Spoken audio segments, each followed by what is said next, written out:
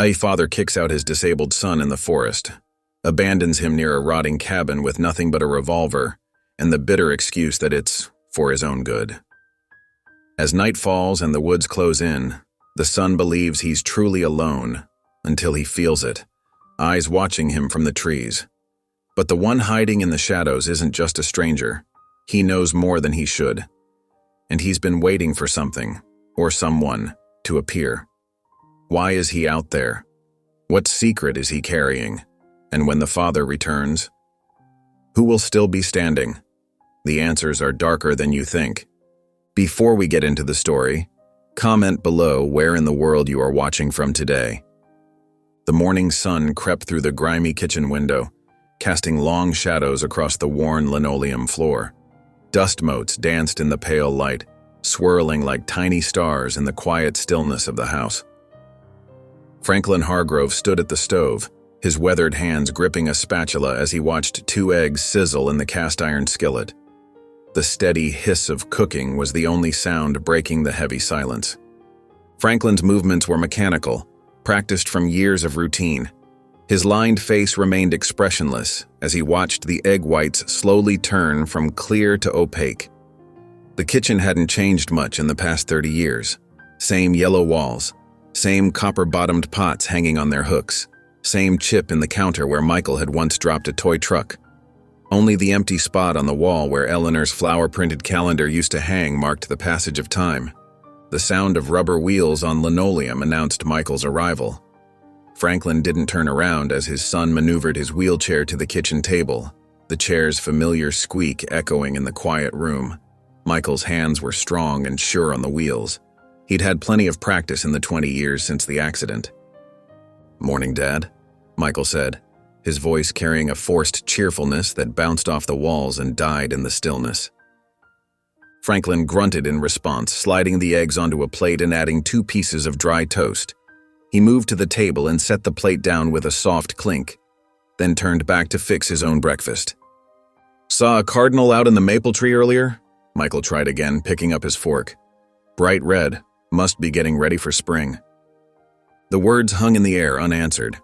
Franklin took his seat across from his son, eyes fixed on his own plate as he mechanically cut his eggs into precise squares. "Think maybe we could look at the radio later?" Michael's voice was softer now, uncertain.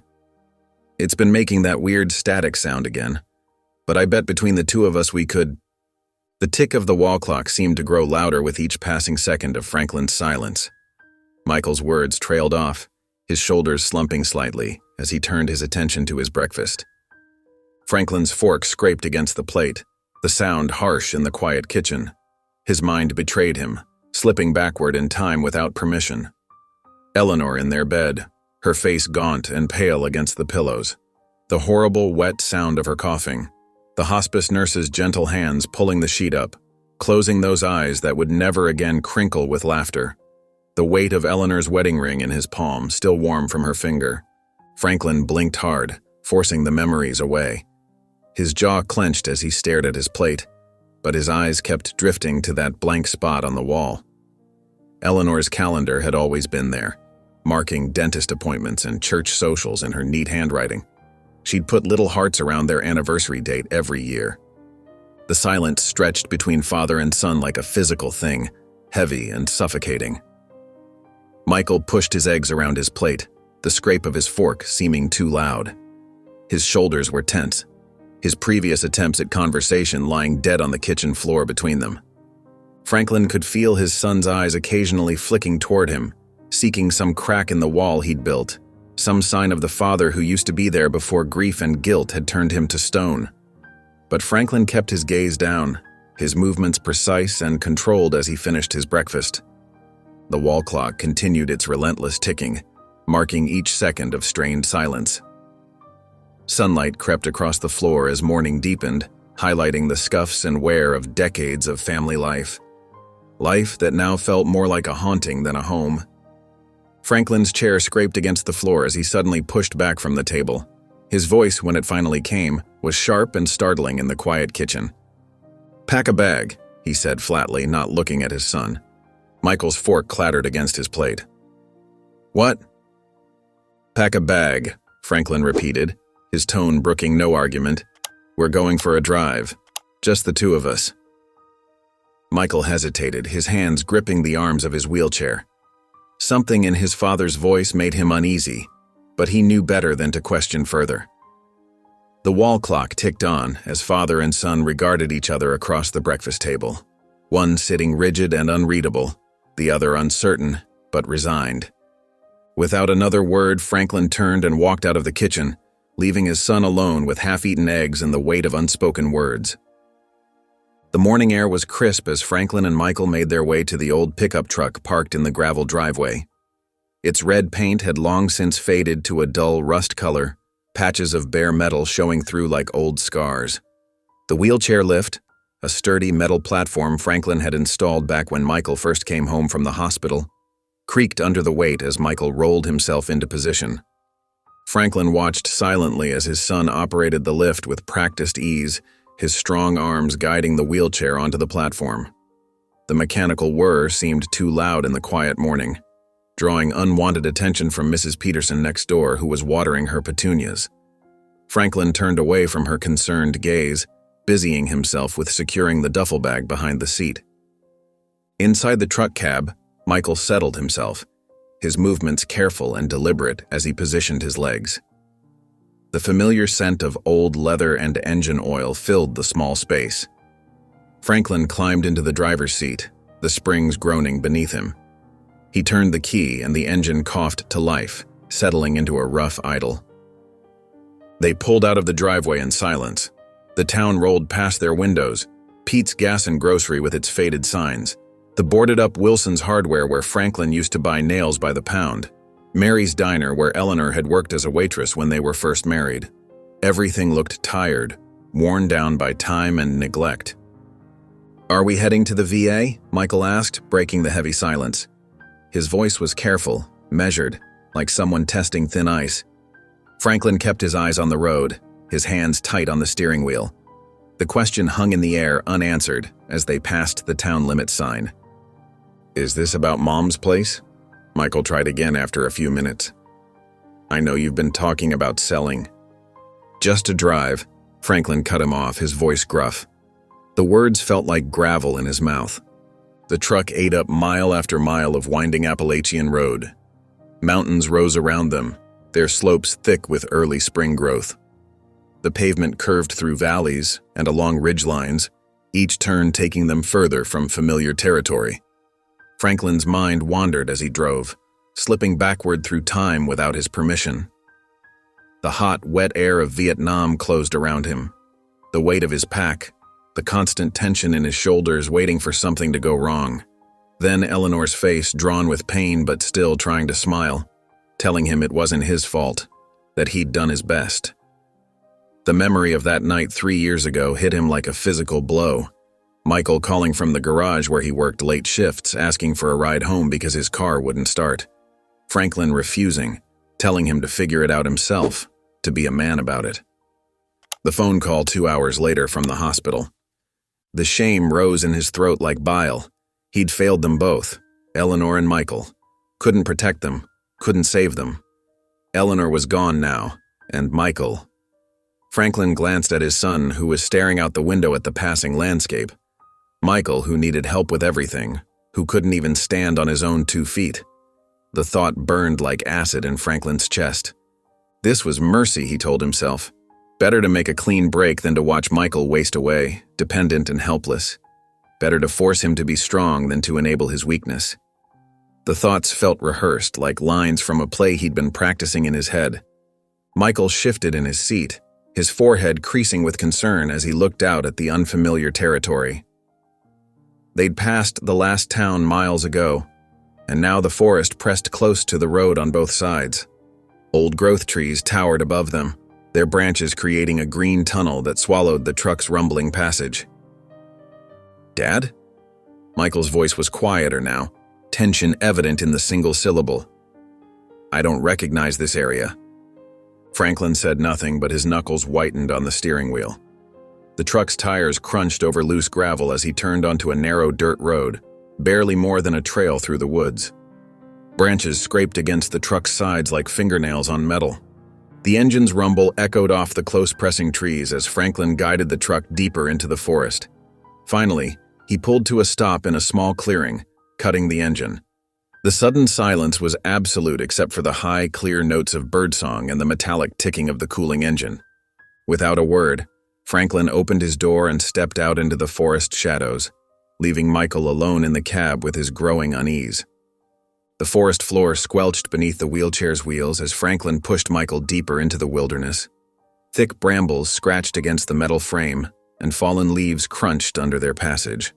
The morning sun barely penetrated the dense canopy above, casting dappled shadows that danced across their faces. Michael's hands gripped his armrests tightly, his knuckles white with tension.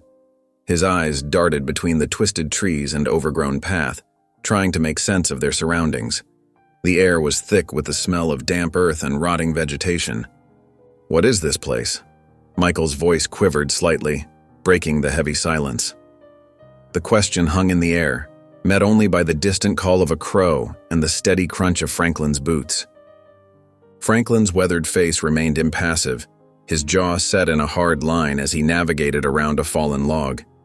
His calloused hands gripped the wheelchair handles with unnecessary force, making the journey more jarring than it needed to be. The path grew steeper, and Franklin's breathing became labored. Sweat beaded on his forehead despite the cool morning air. Michael opened his mouth several times to speak but thought better of it, reading the dangerous stillness in his father's demeanor. After what felt like an eternity of tense silence, they emerged into a small clearing. There, barely visible through years of neglect, stood Cabin 9. The old ranger station listed to one side, its wooden walls gray with age and green with creeping moss. Several windows were shattered, their frames hanging at odd angles like broken teeth. The front door hung askew on its hinges, revealing glimpses of darkness within. A musty odor wafted from the building's interior, mixing with the earthy smell of decay. Michael's nose wrinkled as Franklin wheeled him closer to the dilapidated structure. Without a word, Franklin moved to the back of the wheelchair and lifted Michael's duffel bag from where it had been strapped. The zipper's metallic rasp seemed unnaturally loud in the quiet clearing. Franklin began methodically removing items and placing them on a nearby stump. Canned food, their labels faded but readable, a thick wool blanket, a heavy-duty flashlight, a hunting knife in its leather sheath. Michael watched each item appear with growing unease, his breath becoming shallow. When Franklin finally pulled out the revolver, the metal catching what little sunlight filtered through the trees, Michael's whole body went still. "You're leaving me here?" The words came out barely above a whisper, disbelief coloring every syllable. Franklin checked the revolver's chamber with practiced movements before setting it down next to the other supplies. "You need to learn to survive," he said, his voice gruff and distant. "World won't coddle you forever." "This is insane," Michael's voice cracked as he gestured at the decrepit cabin. "You can't just abandon me in the middle of nowhere." "This is your chance," Franklin cut in, his tone sharp. "Your chance to be a man." Michael's face flushed red with anger and fear. "A man? By leaving me to die in the woods?" His hands trembled as he gripped his wheels, though there was nowhere for him to go in the uneven terrain. "I'm your son. Does that mean nothing to you?" "It means everything." Franklin's words came out flat, emotionless. "That's why I'm doing this." "Doing what? What exactly do you think this will accomplish?" Michael's voice rose, echoing off the trees. "I'm paralyzed, Dad. No amount of surviving is going to change that." Franklin's jaw clenched. He began gathering the supplies and moving them into the cabin, his movements mechanical and purposeful. "You'll figure it out." "Figure what out?" Michael's question was met with silence. "Dad, please, talk to me. What is this really about?" Franklin emerged from the cabin, his face set in stone. Michael tried to catch his eye, searching for any crack in the mask, any sign of the father he once knew. "Is this about Mom? About the accident?" "Dad, please." "You've got food for a week. Water source is down the hill to the east. Gun's got 6 rounds. Franklin's voice was clinical, detached, as if reading from a manual. You'll figure out the rest." "Dad." Michael's voice cracked again, this time with desperation. Franklin turned away, his boots crunching on dead leaves as he started back down the overgrown path. Michael watched his father's retreating form, the reality of the situation crashing over him in waves. "Dad." The word escaped him once, not a shout but a broken plea that seemed to be swallowed by the indifferent forest. Franklin's figure grew smaller, disappearing between the trees until there was nothing left to see. The forest settled into silence around Michael, broken only by the soft whisper of wind through the leaves and the distant call of birds. The sun dipped below the tree line, casting long shadows through the broken windows of Cabin 9. Michael sat in his wheelchair, surrounded by the meager supplies his father had left. His trembling hand sorted through the items spread across a weathered table: cans of beans, a flashlight, matches, the revolver that felt both heavy and accusatory. The cabin's musty air pressed against him like a physical weight. Cobwebs stretched across corners where the ceiling met the walls, and the floorboards creaked ominously with every slight movement of his chair. A cool breeze whistled through gaps in the wooden walls, carrying the first hints of approaching rain. Michael's stomach growled, reminding him he hadn't eaten since that morning's tense breakfast. He reached for a can of beans, fumbling with the can opener. His usually steady hands betrayed him. Whether from hunger, fear, or exhaustion, he couldn't tell.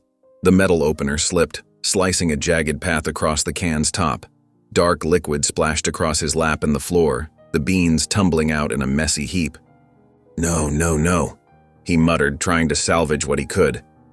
But most of the food was now mixed with the dust and grime of the cabin floor. The sight of the wasted meal brought unexpected tears to his eyes. He blinked them back furiously, refusing to cry over spilled beans when there were far bigger problems to face. Thunder rumbled in the distance. Michael wheeled himself toward the cot in the corner, determined to at least get some rest. The thin mattress lay at an awkward height, not impossible to reach, but challenging without help. He locked his wheelchair's brakes and attempted to shift his weight, using his arms to lift himself as he'd done countless times before. But exhaustion and emotion had taken their toll. His grip faltered, and suddenly the wheelchair tipped sideways. Michael crashed to the floor, his hip taking the brunt of the impact. The chair clattered beside him, one wheel spinning uselessly in the air. His blanket, which had been balanced on his lap, slid across the floor and into a growing puddle beneath the window where rain now leaked steadily through the rotting frame. Lightning flashed, illuminating the cabin in stark white light. Michael lay there, catching his breath, feeling the cold seep through his clothes from the damp floorboards. The revolver had skittered across the floor in the fall, coming to rest just within arm's reach. Its metal surface gleamed dully in another flash of lightning. Michael stared at the gun, his father's words echoing in his head. Learn to survive. Was this what he meant? The thought made his stomach turn. Number. Whatever his father's twisted logic, Michael refused to give in to that darkness. Thunder cracked overhead so loud it seemed to shake the cabin's foundation. Rain now pounded against the roof, finding every gap and hole, creating a symphony of drips and splashes throughout the space. Michael dragged himself into a sitting position, his back against the wall, and pulled his useless legs closer to his body. Unknown to Michael, beyond the cabin's deteriorating walls, a figure stood motionless among the trees. Evan Reese raised his binoculars, studying the scene through the broken window. Rain ran down his weathered face, soaking his thick beard and heavy jacket, but he remained perfectly still. His trained eyes took in every detail: the overturned wheelchair, the spilled food, the gun on the floor, the young man's defeated posture. Through the binoculars, Evan watched Michael's attempts to right his wheelchair. The young man's determination was evident, even as his arms shook with effort. Evan's expression remained neutral, but his eyes narrowed slightly as he observed Michael's technique, noting his strengths and limitations with clinical precision. Another crack of thunder and Michael jumped, startled by the sound. The movement caught Evan's attention again. He lowered the binoculars slowly, his face unreadable in the growing darkness. Without a sound, he turned away from the cabin, melting into the shadows of the forest as silently as he had appeared. Inside, Michael had finally managed to pull himself back into his chair, though the effort left him breathless. His clothes were soaked through from the growing puddles on the floor, and his stomach cramped with hunger. The cabin felt smaller now, more oppressive as full darkness settled outside. The storm raged on, sending new leaks streaming through the ceiling. Exhaustion eventually overcame discomfort. Michael wheeled himself to the driest corner he could find, positioning himself so he could see both the door and windows. He didn't bother trying for the cot again. Instead, he slumped against the wall, his body curling in on itself as much as his condition allowed. His eyelids grew heavy, and despite the cold, despite the hunger and fear and confusion, sleep began to claim him. The last thing he saw before his eyes closed was the revolver, still lying where it had fallen, its presence both a threat and a promise in the darkness. Outside, Evan's footsteps made no sound as he disappeared into the stormy night, leaving no trace of his vigil except deep boot prints that would be washed away by morning rain. The forest stirred with pre-dawn whispers as Evan Reese moved like a shadow through the trees. His boots, worn but silent, found familiar paths between gnarled roots and fallen branches. The pale blue light of approaching dawn filtered through the canopy, casting ethereal patterns on the forest floor. His shack emerged from the gloom, a structure that seemed to grow from the earth itself. Years of careful cultivation had encouraged vines and brush to embrace the weathered walls, making it nearly invisible to untrained eyes. The wooden boards, gray with age, blended perfectly with the surrounding shadows. Evan's calloused hand pushed open the heavy door, its hinges maintained to perfect silence. Inside, the single room told the story of a life stripped to essentials, yet touched with unexpected grace. Handmade shelves lined the walls, holding rows of mason jars filled with preserved fruits and medicinal herbs. Their labels, written in precise military script, spoke of his training. Yarrow, wound care; elderberry, immune support; wild cherry bark, cough. On another shelf, books stood in neat rows, medical texts, wilderness guides, and worn volumes of poetry. But what caught the dim light were the wooden animals, dozens of them, carved with extraordinary detail. Deer with delicate legs, hawks with individually etched feathers, foxes with alert expressions. Each one spoke of countless solitary hours, of hands seeking peace in creation. Evan moved to the small stone fireplace, his movements precise and economical. He added kindling with practiced care, the spark from his flint catching immediately. As he hung a battered kettle over the growing flames, his eyes drifted to the far corner where his bed sat, a simple frame he'd built himself, topped with a thin mattress. The photograph lay face down on the small table beside it. Evan's hands shook slightly as he picked it up, a tremor he couldn't control even after all these years. Lauren's face beamed up at him, her hands resting on her swollen belly, her eyes full of joy and promise. The edges of the photo were worn smooth from handling, but her smile remained as bright as the day it was taken. The memory crashed over him like a physical wave, the argument about driving in the storm, his stubborn insistence they could make it, the flash of headlights, the screech of tires on wet pavement, the impact, the silence, the hospital corridors that seemed to stretch forever, ending in words that shattered his world. We couldn't save either of them. Evan pressed his palms against his eyes, trying to push back the images. His combat medic training had taught him to handle crisis, to save lives under impossible conditions. But he couldn't save the ones who mattered most. The guilt rose like bile in his throat. The kettle's soft whistle pulled him back to the present. He moved mechanically, preparing tea from dried herbs. His gaze swept the cabin, the life he'd built as penance. After the accident, he'd walked away from everything. His job as a wilderness instructor, his home, his friends. He'd found this forgotten corner of the Appalachians and disappeared into it, letting the forest swallow him whole. Sometimes, in the deepest part of night, he still heard Lauren's laugh echoing through the trees. Sometimes he caught glimpses of her at the edge of his vision, pregnant and glowing, only to turn and find empty air. The hallucinations were both torture and comfort, reminders of what he'd lost and what he deserved. But now there was the man in cabin 9. The image of the wheelchair-bound figure struggling alone in the darkness gnawed at him. As a combat medic, he'd sworn an oath to help those in need, As a wilderness instructor, he dedicated himself to teaching survival. Both parts of his former self screamed at him to act. Evan knelt beside his cot and pried up a loose floorboard. The old ranger logbook was exactly where he'd hidden it years ago, its pages yellow with age. He drew out a pen and wrote in clear letters, "There's a man with no legs left to die in Black Hollow.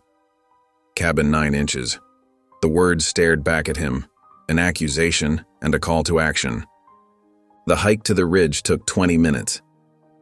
Evan moved swiftly despite the rough terrain, his body remembering paths he'd walked countless times. The old trail marker stood like a forgotten sentinel, its paint long faded. From his pack, he pulled out the satellite transmitter, one of the few pieces of modern technology he'd kept. His fingers typed out a brief message to the sheriff's station, anonymous, but urgent. Back in his cabin, Evan stood motionless, wrestling with his conscience. The man needed help now, not whenever the sheriff's department might investigate. His eyes fell on Lauren's photo again. She would have already been halfway to Cabin 9, medical kit in hand. She never hesitated to help others. With quick, decisive movements, Evan began gathering supplies. A water bottle, clean bandages, and a protein bar went into a small pack. He checked his knife, a tool he'd kept razor-sharp through years of use, and strapped it to his belt. His hands moved with the efficiency of someone who had packed for countless wilderness expeditions, even as his mind continued to debate the wisdom of breaking his self-imposed isolation. The sun was just cresting the horizon as Evan stood in his doorway. Golden light spilled through the trees, transforming the forest from gray shadows to vibrant green. He watched the day dawn, his pack ready, his decision made. Without a word, he stepped off his porch and melted back into the forest. Michael's eyes fluttered open to a world of pain and confusion. The thin drizzle tapping against the cabin's ruined roof created a haunting melody that matched his misery. His throat felt like sandpaper, and his skin burned with fever despite the morning chill. The damp blanket clung to his shoulders, offering no comfort against the biting cold that had settled into his bones overnight. Struggling to push himself upright in his wheelchair, Michael's arms trembled with exhaustion. The events of yesterday crashed over him like a wave. His father's betrayal, the endless silence of the forest, the creeping darkness that had threatened to swallow him whole. His head throbbed, and spots danced before his eyes as he tried to focus on his surroundings. The cabin looked even more decrepit in the gray morning light. Water dripped steadily through gaps in the ceiling, forming small puddles on the warped wooden floor. His supplies lay scattered where he'd dropped them in his failed attempts at survival the night before. The revolver rested cold and heavy beside his chair, a constant reminder of his father's twisted idea of mercy. A shadow moved. Michael's heart leaped into his throat as a figure materialized in the doorway. A man, tall and weathered, stepping into the cabin as silently as morning mist. Moving on pure instinct, Michael's hand shot out and grabbed the revolver, pointing it with shaking fingers at the stranger. The man didn't even flinch. His face, partially hidden behind an unkempt beard, remained completely expressionless as he slowly placed a bottle of water on the ground. Without a word, he knelt beside a small pile of kindling he'd brought with him, his movements deliberate and careful as if Michael and his trembling gun posed no threat at all. Michael watched, both terrified and fascinated, as the stranger, Evan, worked methodically to build a fire just outside the cabin's entrance. His hands moved with practiced efficiency, arranging the wood and tinder with precise care. Within moments, a small flame sparked to life, growing steadily despite the damp air. "Who are you?" Michael's voice came out as a rasp, barely above a whisper. The revolver was still pointed at Evan, but his arm had begun to shake more violently. "Why are you here?" Evan didn't respond. Instead, he reached into his jacket and pulled out an old protein bar, holding it out to Michael without meeting his eyes. The wrapper was slightly crumpled but intact, promising sustenance that Michael's empty stomach craved desperately. Michael slowly lowered the gun, his survival instincts warring with his suspicion. The stranger's silence was unnerving, but there was something in his methodical movements that spoke of purpose rather than threat. When Michael finally accepted the protein bar, Evan immediately stepped back outside to tend the growing fire. The warmth from the flames began to seep into the cabin, fighting back the damp chill that had settled in Michael's bones. He watched as Evan added more wood to the fire, his movements economical and practiced. The man's presence was both reassuring and deeply unsettling, like finding shelter in the eye of a storm. Questions burned in Michael's throat, fighting to break free. Why was this stranger helping him? How long had he known Michael was here? The silence stretched between them like a physical thing, heavy with unspoken words and hidden meanings. Finally, unable to bear it any longer, Michael's voice cracked as he asked, "Why did you wait so long?" Evan turned then, his eyes meeting Michael's for the first time. They were dark and unreadable, holding shadows that seemed to stretch far deeper than the forest around them. His response came low and measured, each word carrying the weight of judgment. "Why did you?" The question hit Michael like a physical blow, forcing him to confront truths he'd been avoiding. How long had he accepted his father's emotional abandonment? How many years had he spent waiting for something to change without trying to change it himself? Before Michael could form a response, Evan tossed another chunk of wood onto the fire. The flames leaped higher, casting dancing shadows across the cabin walls. Without another word or backward glance, Evan turned and walked back into the forest, leaving Michael alone with the crackling fire and the weight of that simple, devastating question. The sound of Evan's footsteps faded quickly, swallowed by the vast silence of the forest. Michael sat in his wheelchair, stunned and confused, the protein bar clutched forgotten in his hand, watching the spot where the mysterious stranger had disappeared between the trees. The fire continued to burn steadily, a small beacon of warmth and light in the wilderness, proof that the encounter had been real, and not just another fever dream. Sunlight streamed through the broken roof of Cabin 9, casting strange patterns on the warped wooden floor. Michael blinked against the brightness, his head clearer than it had been the day before. The fever had broken sometime during the night, leaving him weak but more alert. His hands still trembled slightly as he reached for the tin cup Evan had left behind, but he managed to bring it to his lips without spilling. The water was cool and clean, a stark contrast to the musty air of the cabin. Michael took small sips, remembering his first aid training about dehydration. Each swallow helped wash away the bitter taste of fear and abandonment that had coated his tongue since his father had walked away. He surveyed his surroundings with new eyes. The cabin wasn't as decrepit in the morning light as it had seemed during that first terrifying night. Yes, the roof leaked and the windows were broken, but the walls were solid. The floor, though warped, held firm under his wheelchair. Even the old cot in the corner looked less threatening now that it wasn't shrouded in darkness. The sound of footsteps outside made Michael tense. He recognized the deliberate pace. Evan. The mysterious man appeared in the doorway, his broad frame blocking the morning light. Without a word, he set down a small bundle of supplies, a battered pot, some dirt-covered roots that Michael didn't recognize, and a handful of dried herbs tied with twine. This time, Michael wouldn't let the silence stand. "Who are you?" he demanded, his voice stronger than yesterday. "Why are you doing this?" Evan continued arranging the supplies, his movements precise and controlled. His silence felt like a wall between them, and Michael's frustration built with each passing second. "Look at me!" Michael's voice cracked with emotion. "You show up like some ghost in the woods, you help just enough to keep me alive, but you won't say a word? Why didn't you help earlier? Why wait until I was half dead?" Evan's shoulders stiffened. When he turned, his eyes blazed with an intensity that made Michael flinch. "I'm not your savior," Evan growled, his voice rough from disuse. "And you're not my responsibility." The words hung in the air like smoke. Michael felt something snap inside him, all the fear, anger, and hurt of the past few days erupting at once. "No one asked you to be," he shouted. "But you're here, playing these games, watching me struggle. What kind of person does that?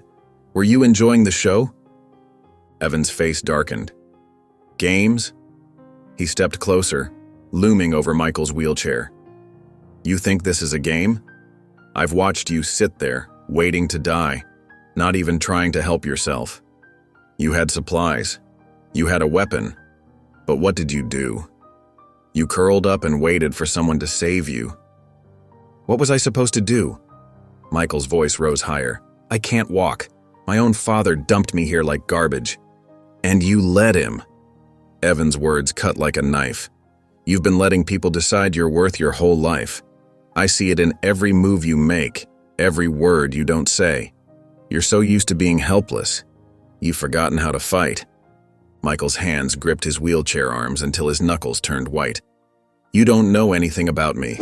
You don't know what it's like to be abandoned, to be treated like you're worthless. Don't I? Evan's laugh was harsh and bitter. You think you're the only one who's lost everything? Who's been broken? He ran a hand through his tangled hair, his composure cracking. I killed my wife, my pregnant wife. One moment of distraction, one stupid mistake, and everything I loved was gone. You think being abandoned is hard? Try being the one who destroyed your own life. The confession echoed off the cabin walls. Michael sat stunned, watching as Evan's facade of control crumbled. I don't want your pity, Evan spat. Just like you shouldn't want mine. Pity is poison. It's what keeps you in that chair waiting for someone else to decide when you get to live or die. That's not fair, Michael protested, but his voice wavered. You don't understand. I understand perfectly. Evan cut him off. You're scared. You're hurt. You think the world owes you something because life dealt you a bad hand. Well, guess what? The world doesn't care. Your father doesn't care. And I definitely don't care enough to watch you give up. Michael felt tears burning in his eyes, but he refused to let them fall. Then why help at all? Why not just let me die? Because I've seen enough death. Evan's voice cracked. I've watched enough people give up. In the war, in the crash, in every damn mirror I look into. And I'm sick of it. I'm sick of cowards who choose to die slowly instead of fighting to live. The words hit Michael like physical blows, each one exposing raw truths he'd been hiding from. He opened his mouth to argue back, to defend himself. But before he could speak, a new sound cut through their argument. Thud, thud, thud. Both men froze. The distinctive sound of helicopter blades chopping through the air grew louder, echoing above the trees. Evan's entire body tensed as he tilted his head back, looking up through the broken roof at the sky above. The argument died in their throats as the sound grew closer, the mechanical rhythm drowning out even the forest's natural sounds. The helicopter's thrum faded into the distance, but Michael's heart still pounded in his chest. His fingers gripped the arms of his wheelchair until his knuckles turned white. The sound of potential rescue slipping away should have devastated him, but something in Evan's words struck a chord. You want them to find you like this? Or do you want to stand up in the only way you still can? The question hung in the air between them. Michael looked down at his useless legs, then at the revolver lying nearby, and finally up at Evan's weathered face. In that moment, he saw something familiar in the older man's eyes. Not pity, but understanding. The kind that only comes from having hit rock bottom and choosing to crawl back up. Hide me, Michael said, his voice barely above a whisper. Evan didn't waste time with words. He moved with the efficiency of someone used to solving problems alone, gathering rope from his pack and scanning the area for suitable branches. His hands worked quickly, stripping bark and testing the strength of each piece he selected. Michael watched as Evan dismantled his wheelchair with surprising expertise. The frame became the foundation for a makeshift sled, with branches woven through the metal to create a stable platform. The rope brought it all together, each knot tied with practiced precision. Hold on to the sides, Evan instructed, helping Michael onto the crude contraption. Keep your body as still as possible. The harness Evan fashioned went across his chest and shoulders, distributing the weight. When he started moving, Michael understood why. The forest floor was far from smooth. Every root and dip threatened to topple them both. Michael did what he could, using his upper body strength to stabilize himself against the jolts and turns. His arms, strong from years of wheelchair use, gripped the makeshift handles Evan had created. Each time they hit a particularly rough patch, he'd lift himself slightly, reducing the impact. The journey was brutal. Sweat soaked through Evan's shirt as he navigated the challenging terrain. They crossed shallow streams, skirted thorny thickets, and picked their way through boulder-strewn passages. Neither man spoke. The only sounds were their labored breathing and the occasional snap of branches under the sled. 2 hours felt like an eternity. The forest grew denser, the light dimmer. Just when Michael thought they couldn't go any further, the landscape changed. A steep, moss-covered slope rose before them, its surface broken by what looked like a natural cave opening. But as they drew closer, Michael realized it wasn't entirely natural. Evan's shelter was a marvel of resourcefulness. The entrance had been carefully reinforced with rough-hewn timber, while the interior extended deep into the hillside. As they entered, Michael's eyes adjusted to the dim light filtering through small, cleverly positioned openings in the roof. The space was larger than it appeared from outside, divided into distinct areas. Dried herbs hung in neat bundles from the ceiling, their subtle fragrance filling the air. Handmade shelves lined the walls, holding jars of preserved foods, books with worn spines, and what looked like medical supplies. A cast-iron stove sat in one corner, its pipe disappearing into a carefully constructed chimney. The furniture showed remarkable craftsmanship, simple but solid chairs, a table that could have come from a cabin in the 1800s, storage chests with intricate joinery. But what caught Michael's attention were the wooden carvings, dozens of them, perhaps hundreds, arranged on every available surface. Animals mostly, birds in flight, deer in mid-leap, wolves with their heads thrown back in silent howls. Each one captured a moment of wild freedom with stunning detail. Evan maneuvered the sled to a cleared space near the stove. Without ceremony, he helped Michael onto a sturdy cot, already prepared with clean blankets and a pillow stuffed with what smelled like dried grass and herbs. As Evan moved around the shelter, starting a fire in the stove and gathering supplies, Michael took in every detail. This wasn't just a hideout. It was someone's entire world. The careful organization, the self-sufficiency, the absolute isolation. It spoke of years spent deliberately apart from humanity. The earlier tension between them had shifted. The anger and accusations felt distant now, replaced by something more complex. Michael found himself studying Evan's movements, noting how he seemed to flow through the space with the ease of long habit. Every tool had its place, every task its proper order. When night fell, the shelter took on a different character. The fire in the stove cast dancing shadows on the walls, making the wooden animals seem to move. The wind outside whispered through the trees, a sound both lonely and soothing. Michael lay on his cot, staring up at the ceiling beams. They were solid oak, he guessed, each one shaped by hand to fit perfectly with its neighbors. Like everything else in this hidden place, they represented someone's decision to build something lasting in the midst of isolation. "I'm still here," he whispered to himself, the words carrying more weight than he'd expected. For the first time since his father had driven him into these woods, Michael felt something shift inside him. This wasn't about being rescued anymore, this was about choosing to survive.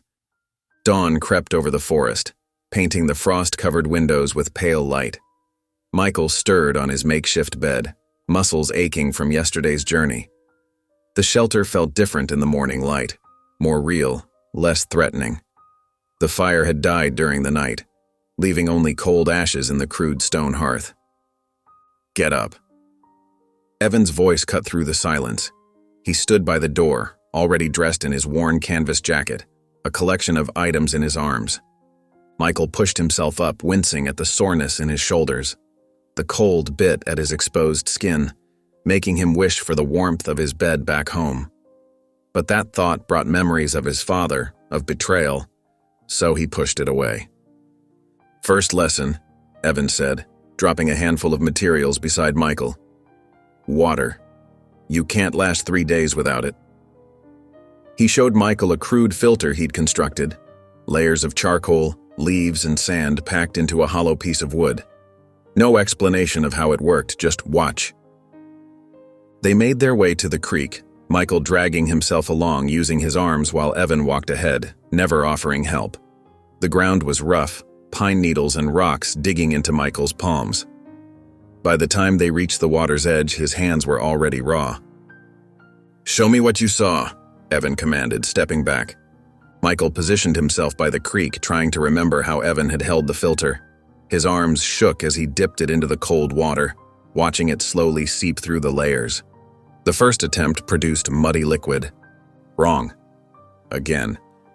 Michael adjusted the angle, his frustration mounting with each failed try. The water remained cloudy. His shoulders burned. Sweat beaded on his forehead despite the morning chill. Again.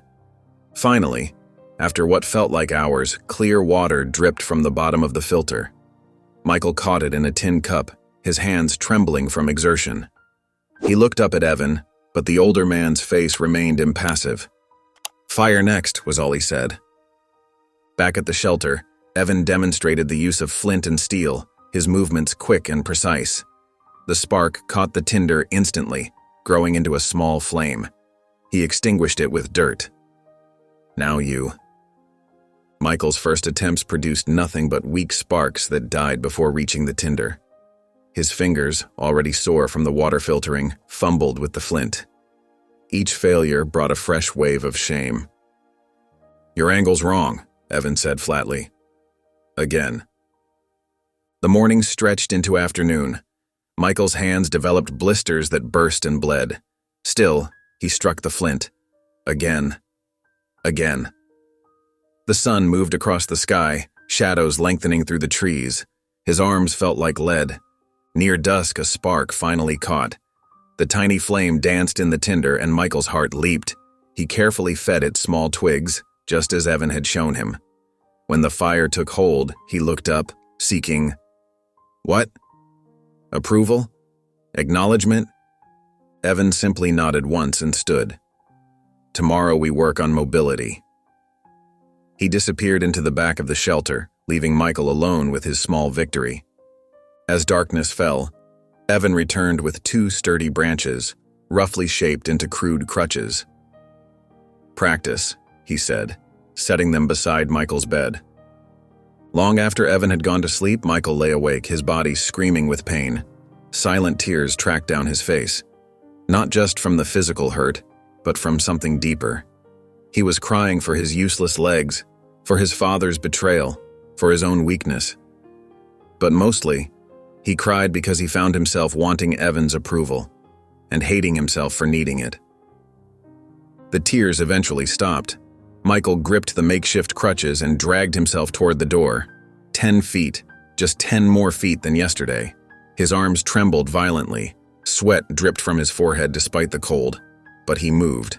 When he finally collapsed, exhausted but successful, something unexpected happened. He smiled. It was small, barely visible in the darkness, but it was real. For the first time since his father had left him in that cabin, Michael felt something like hope. He dragged himself back to his bed, muscles burning, that small smile still playing on his lips. Tomorrow would bring more pain, more challenges, more of Evan's stern silence. But tonight, he had moved forward on his own terms, and for now that was enough. The early morning sun filtered through the slatted window, casting thin stripes of light across Michael's face. He stirred on his makeshift bed, his muscles protesting from yesterday's grueling training. The scraps of cloth wrapped around his blistered hands were stained with dirt and sweat. Outside, the rhythmic sound of metal against stone filled the air as Evan methodically sharpened his knife. Michael pushed himself up, determination setting his jaw despite the pain. He'd spent too many years being treated like he was fragile. Even his father's cruel abandonment had come from that same place, seeing him as weak, helpless. He wouldn't let Evan see him that way. Through the doorway, he could see Evan sitting on a worn stump, completely focused on his task. The whetstone made a soft, singing sound as he drew the blade across it in practiced strokes. There was something mesmerizing about the precision of his movements, the way his calloused hands knew exactly how to angle the steel. Michael's eyes fell on a pile of branches near his bed, firewood Evan had collected before dawn. One piece caught his attention, a length of white pine, its grain smooth and inviting. Without really thinking it through, he reached for the spare knife Evan kept by the woodpile.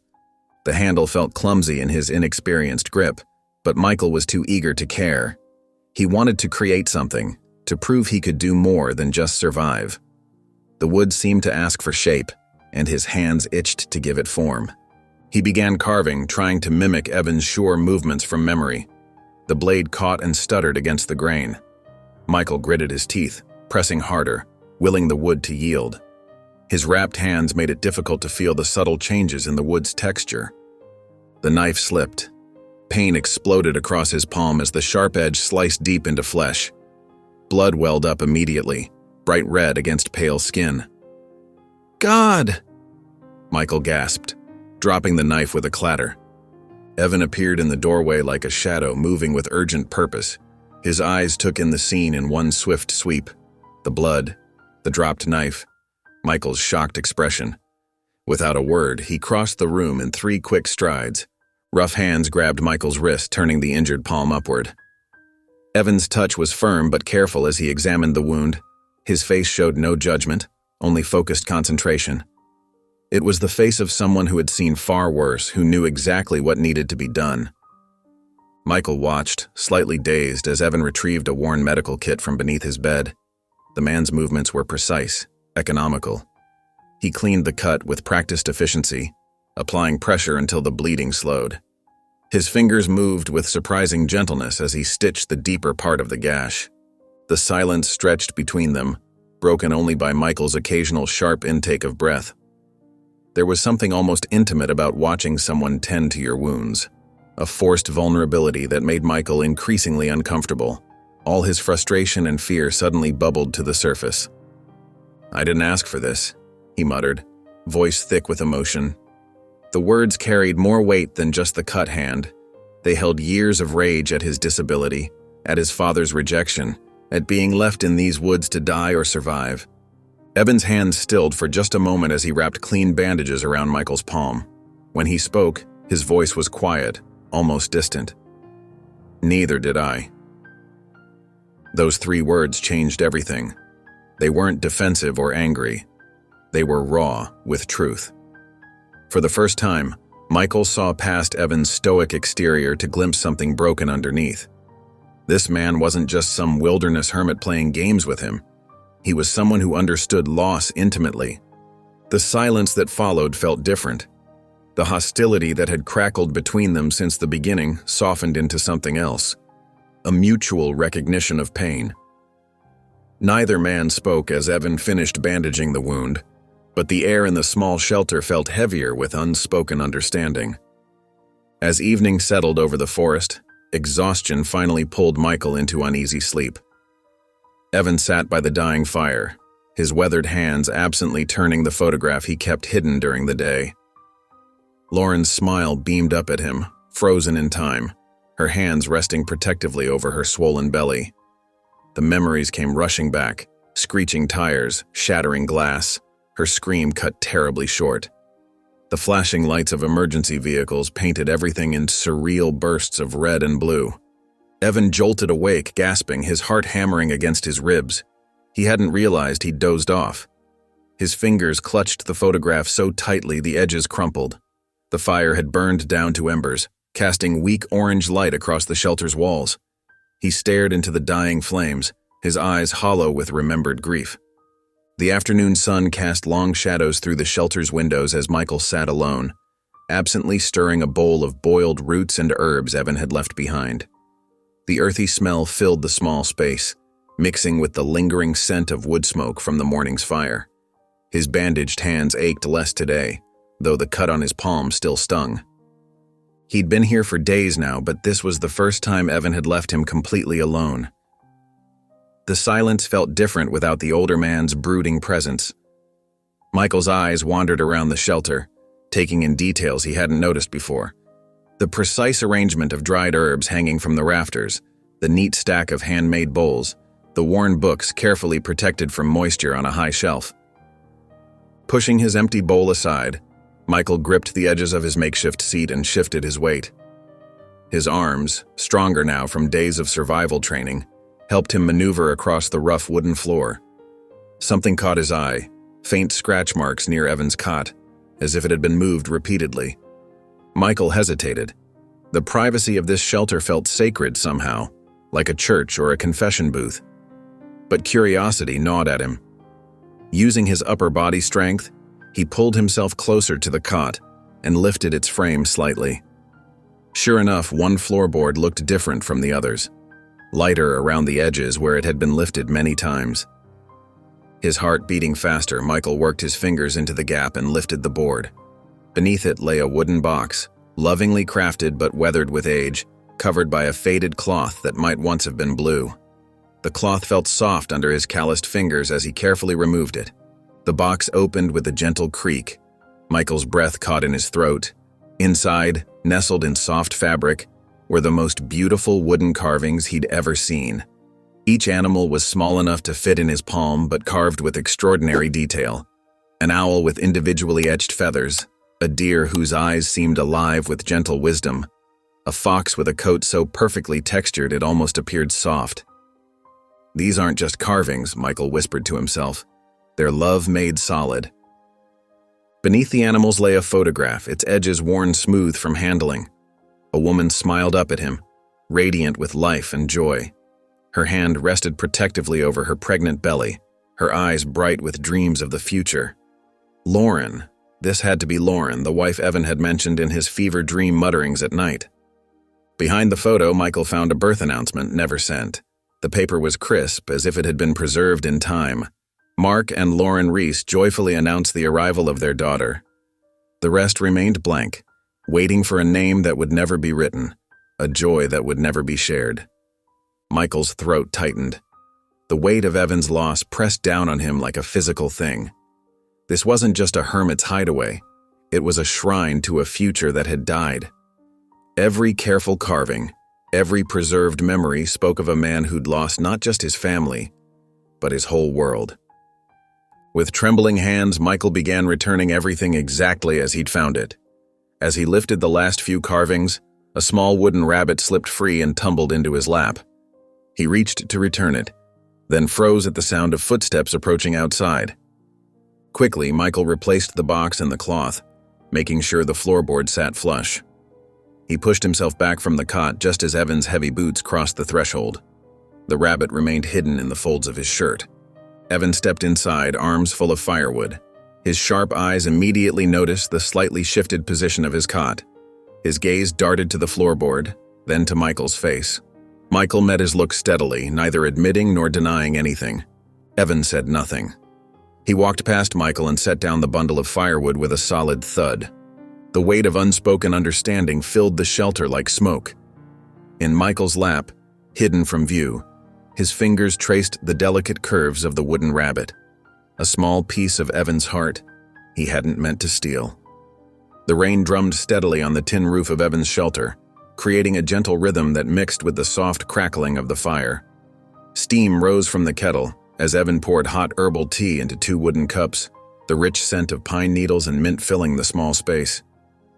Michael sat quietly, his bandaged hand resting in his lap, watching the flames dance through the stove's iron grate.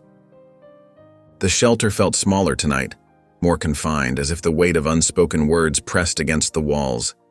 Evan's movements were mechanical as he settled onto his rough-hewn chair across from Michael. The firelight cast deep shadows across his weathered face, highlighting the lines of grief that years of solitude had etched there. Michael's fingers traced the smooth curves of the wooden rabbit he'd found earlier. Its ears were delicately carved, each detail speaking of hours of patient work. He looked down at it, feeling the weight of his discovery like a stone in his chest. The silence stretched between them, broken only by the steady patter of rain and the occasional pop from the burning wood. Finally, Michael lifted the small carving and placed it gently beside the fire. His voice was barely above a whisper. "I'm sorry." The words hung in the air, simple but heavy with meaning. Evan's eyes fixed on the rabbit, his expression unreadable. Then something shifted in his face like ice cracking on a frozen pond. He reached for his cup, hands slightly unsteady. "Her name was Lauren," he said, his voice rough with disuse. "She was 7 months pregnant when it happened." He paused, taking a slow breath. "We'd had an argument, something stupid about paint colors for the nursery. I was angry, driving too fast on wet roads." Michael sat perfectly still, afraid that any movement might break this moment of vulnerability. Evan's gaze remained fixed on some point in the distance, seeing not the shelter's walls, but the memories he'd kept locked away for so long. The curve came up faster than I expected, Lawrence screamed. His words were flat, emotionless, as if he'd drained all feeling from them to make them bearable. When I woke up in the hospital, they told me I was the only survivor. My wife, my daughter, both gone because I couldn't control my temper. The fire popped loudly, making them both flinch. Evan's hands tightened around his cup. I couldn't face anyone after that, couldn't stand their pity, their attempts to help. So I came here, built this place, figured if I was going to punish myself, might as well do it properly. Michael watched as Evan reached into his shirt and pulled out a worn photograph. He placed it carefully on the table between them. Lauren's smile seemed to glow in the firelight, her hand resting protectively over her swollen belly. She looked so alive, so full of joy and promise. The animals, Evan continued, gesturing toward the rabbit, started carving them to keep my hands busy, to stop myself from... He trailed off, but Michael understood. Some nights, the darkness could be overwhelming. The rain grew heavier outside, drumming against the roof like distant artillery. Michael thought about his own father, about the accident that took his legs, about all the ways pain could shape a life. He saw Evan differently now, not as the harsh survivalist who'd been pushing him beyond his limits, but as someone who understood loss intimately. They sat in silence for a long while, two broken men sharing the warmth of the fire. The tea grew cold in their cups. The wind whispered through the cracks in the walls. Something had changed between them. A wall had crumbled, revealing the raw humanity they both shared. Michael straightened slightly, his decision made. His voice was steady when he asked, "Will you teach me?" Evan looked at him for a long moment, really looked at him, as if seeing him clearly for the first time. Without a word, he stood and walked to a small drawer built into the wall. He returned with a knife, old and worn but well-maintained. Michael could make out initials carved into the wooden hilt. "Start with your hands," Evan said, offering the knife handle first. "The rest will follow." The morning sun painted golden streaks through the forest canopy, casting dappled light across the clearing outside Evan's shelter.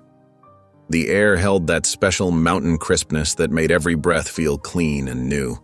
Birds called to each other in the branches overhead, their songs echoing through the quiet woods. Michael sat on a rough wooden stool, his wheelchair pushed aside against the shelter wall. In his hands, he held a fresh-cut branch and Evan's old knife, its worn handle smooth against his palm. His bandaged hand throbbed slightly, but he ignored it, focusing instead on the wood before him. The knife felt awkward in his grip. He turned the branch slowly, trying to find the right angle to begin. His first cut was too deep, sending a chunk of wood flying. He muttered under his breath, frustration already building in his chest.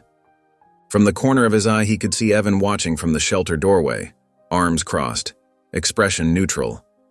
The man's silence felt heavy, expectant. Michael adjusted his grip and tried again, this time more carefully. The morning wore on. The sun climbed higher, warming Michael's shoulders as he worked. His hands cramped from holding the knife, and small cuts appeared on his fingers despite the careful movements. Shavings of wood collected around his feet, evidence of his many attempts and corrections. "Angle's wrong," Evan said quietly, the first words he'd spoken all morning. He stepped forward and demonstrated the proper grip with his own knife. "Let the blade do the work. Don't force it." Michael nodded, adjusting his technique. The knife moved more smoothly now, peeling away thin strips of wood instead of chunks. He began to feel the grain of the wood, learning its natural flow and resistance. Time seemed to slow down, measured only by the steady scrape of blade against wood and the shifting patterns of sunlight through the leaves. By early afternoon, something began to take shape in his hands. It wasn't much, just the rough outline of a bird, its head tucked against its body. The proportions were off, the wings uneven, but it was undeniably a bird. Michael's hands had stopped shaking, finding a rhythm in the work that felt almost meditative. He noticed other things too, the way the wood darkened where the grain was tighter, how certain cuts revealed hidden patterns beneath the surface. Each mistake taught him something new about patience, about working with the material instead of against it. The sun was low in the sky when Michael finally held up his creation. The bird was crude, nothing like the delicate carvings he'd found in Evan's box, but he felt a strange pride in it nonetheless. It represented hours of focus, of learning to work within his limitations instead of fighting them. Evan stepped closer, taking the carving in his calloused hands. He turned it over slowly, examining each angle. His face remained impassive, but something in his eyes had softened. After what felt like an eternity, he gave a single deliberate nod. The simple gesture hit Michael like a wave of warmth. A smile spread across his face, not the tight defensive expression he usually wore, but something genuine and bright. He hadn't realized how much he'd wanted this man's approval until he had it. As evening settled over the forest, Michael sat by the fire inside the shelter. The flames cast dancing shadows on the walls as he carefully smoothed rough edges from his carving. Each small improvement felt like a victory. His fingers moved more confidently now, finding the natural curves and angles of the wood. From his bed in the corner, Evan watched silently. The firelight caught the silver in his beard and the deep lines around his eyes. His gaze moved between Michael's focused face and the small wooden bird taking shape in his hands. Michael worked steadily, lost in the peaceful rhythm of creation. For the first time since his father had left him in that broken-down cabin, he felt truly present in his body. In this moment, the wood beneath his fingers anchored him to now, to here, to this simple act of making something new. The night grew deeper. Owls called in the distance. Michael kept working, refining each curve with careful attention. His wheelchair sat forgotten in the corner, and his usual pain seemed far away, replaced by the gentle focus of his task. In his hands, the crude bird slowly became something more, not perfect, but alive with possibility. Morning mist coiled between the trees like ghostly fingers, creating an ethereal dance of light and shadow. The air was crisp and damp, carrying the rich scent of wet earth and pine needles. Michael sat on his wooden stool outside Evan's shelter, his movements deliberate and focused as he worked the knife against a piece of cedar. Beside him, arranged carefully on a flat stone, sat 4 finished carvings. The first was his initial attempt, the crude bird with its uneven wings and rough-hewn beak. But each piece that followed showed remarkable progress. An owl perched with watchful eyes, its feathers suggested by delicate cuts in the wood. A fox curled as if sleeping, its tail wrapped gracefully around its body. A vine twisted and curled with surprising natural grace, leaves unfurling along its length. Michael's hands moved with growing confidence now, no longer fighting the grain of the wood, but working with it. The bandage on his palm was smaller, the cut healing beneath. His wheelchair rested nearby, but he barely glanced at it anymore, too absorbed in his work. This piece was different, though. From the fresh block of wood, a figure began to emerge, not an animal or plant, but the silhouette of a man. The shape was purposefully vague, edges softened and blurred as if seen through fog. The figure seemed to be walking away, its back turned, dissolving into the uncarved portion of the wood. Evan emerged from the shelter, a cup of steaming tea in each hand. He placed one beside Michael and settled onto a log nearby, watching the younger man work with quiet interest. The morning birds called overhead, and somewhere in the distance a woodpecker tapped out its rhythm. "What's this one?" Evan asked finally, nodding toward the emerging figure. Michael's hand stilled for a moment.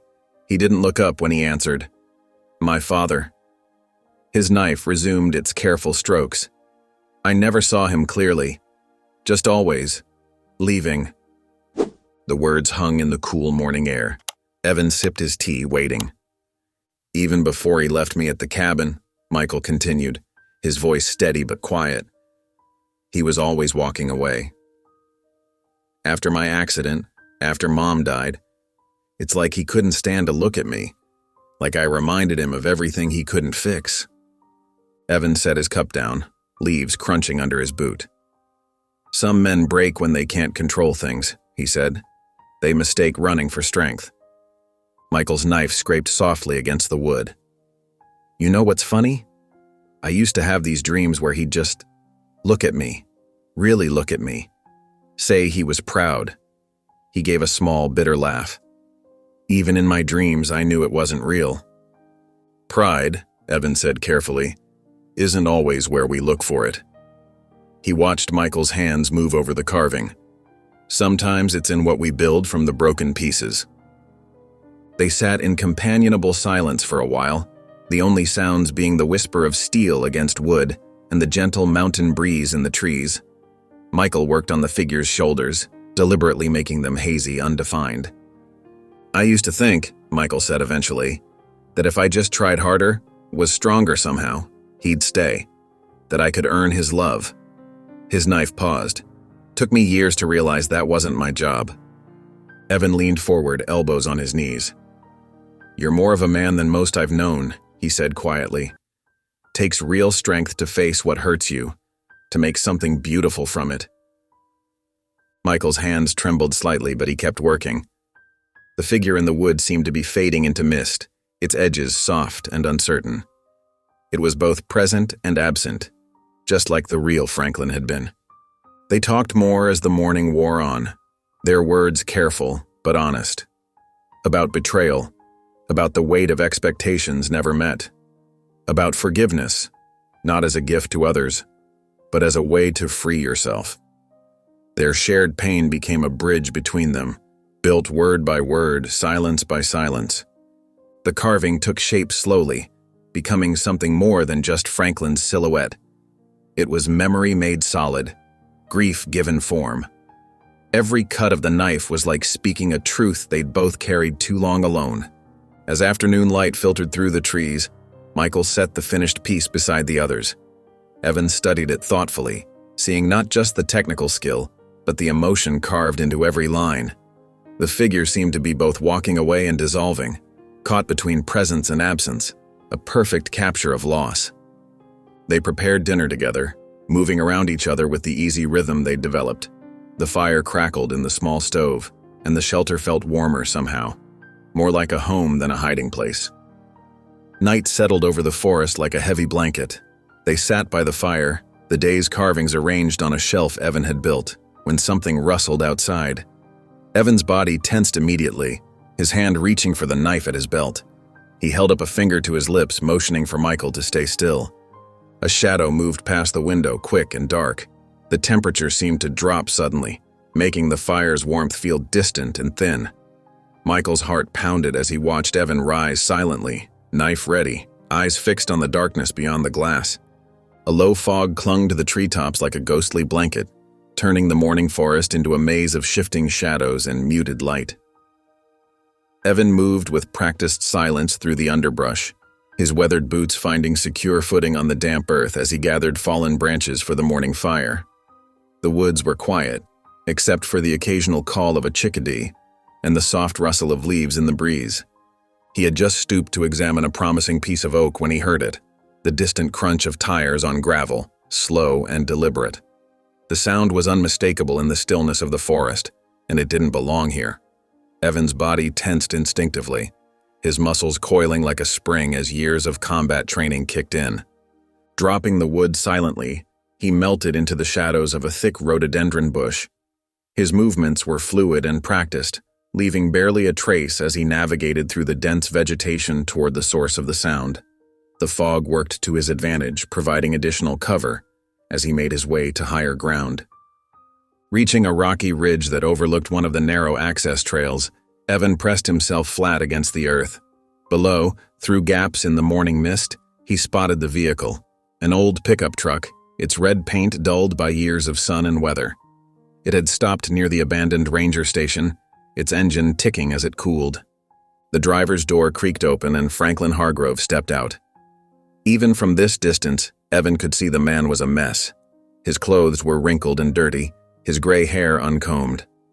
Dark circles shadowed his eyes, speaking of sleepless nights and growing desperation. Franklin's movements were erratic as he paced the clearing. He would stop suddenly, bend down to study the ground, then straighten up and scan the tree line with wild eyes. The man's hands kept clenching and unclenching at his sides, betraying his agitation. Evan watched as Franklin knelt beside a crushed tin can, picking it up and turning it over in his hands.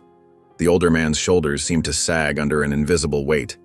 Then, without warning, Franklin's head snapped up and he shouted into the vast green emptiness, "Michael!" The name echoed through the trees, startling a pair of crows into flight. Franklin's voice carried a complex mix of emotions, anger, fear, and something that might have been regret. But the forest offered no response except the mocking call of a distant bird. From his hidden vantage point, Evan remained perfectly still, his face betraying nothing. His eyes tracked Franklin's every movement with the focused attention of a predator, though whether he was protecting his territory or gathering intelligence remained unclear. Years of military training had taught him the value of patience and observation. Franklin stood in the clearing for several more minutes, his agitation growing visible with each passing moment. He kicked at some leaves, checked behind the crumbling walls of the ranger station, and even peered down the overgrown path that led deeper into the woods. Finally, with a curse that seemed torn from somewhere deep inside him, he turned back toward his truck. The vehicle's door slammed with enough force to shake loose a shower of dewdrops from nearby branches. The engine roared to life, and the truck reversed awkwardly on the narrow trail before turning around and disappearing back the way it had come. The sound of its departure gradually faded until only the natural sounds of the forest remained. Evan stayed in position for several long minutes after the truck had gone, ensuring Franklin wasn't planning to double back. When he was certain the coast was clear, he rose silently and began making his way back to the shelter. His movements were purposeful now, and his eyes held a hard gleam that hadn't been there before. The sun was setting by the time Evan pushed through the brush near the shelter, casting long shadows across the small clearing. The day's last light painted the clouds in shades of purple and orange, but he paid no attention to the display. His mind was occupied with calculations and contingencies, weighing options and preparing for what might come next. Michael looked up from his carving as Evan approached. He sat on his usual stool outside the shelter, a half-finished piece of wood in his hands catching the dying light. Wood shavings scattered around his feet testified to hours of patient work. Evan moved to the fire pit and knelt beside it, his movements deliberate and controlled. The flames needed tending, and he focused on this task for a moment, arranging the wood with practiced care. Finally, without looking up from the growing flames, he spoke in a quiet voice that carried clearly in the evening stillness. "He's close." The evening wind whispered through the branches, carrying with it the earthy scent of moss and pine. Michael sat outside the shelter on a rough-hewn stool, his weathered hands gripping a piece of pale driftwood. The wood was smooth in some places, rough in others, like the complicated feelings churning inside him. His jaw was set tight, his eyes focused with an intensity that seemed to burn right through the wood in his hands. The knife Evan had given him felt different today. Usually it was a tool of creation, of finding beauty in raw material. But now it felt like a weapon, each cut deliberate and charged with emotion. Michael turned the wood slowly, studying its grain and imperfections. He could already see the face within it, the face that had haunted him since that day at the ranger station. His strokes started broad and angry, chips of wood falling to the ground like bitter memories. The shape of a forehead emerged first, then the harsh line of a jaw. Michael's hands trembled slightly, but his cuts remained precise. Each slice of the blade revealed more detail, the deep-set eyes that had always looked through him rather than at him, the stern mouth that rarely smiled, the weathered creases that spoke of years of disappointment. From the shadows of the shelter's doorway, Evan watched. His presence was like that of a ghost, there but not there, offering neither judgment nor comfort. He understood that some demons needed to be faced alone, even with witnesses present. His own eyes carried the weight of similar battles fought in silence.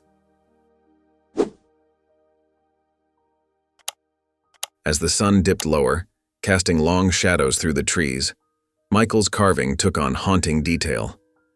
The wood seemed to transform under his hands, each cut revealing more of Franklin's features.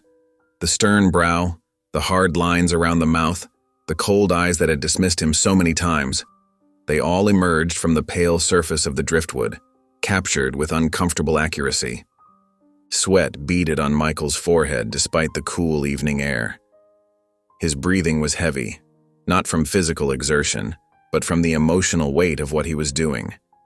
This wasn't art, it was exorcism. Each stroke of the knife seemed to release years of pent-up pain, anger, and abandonment.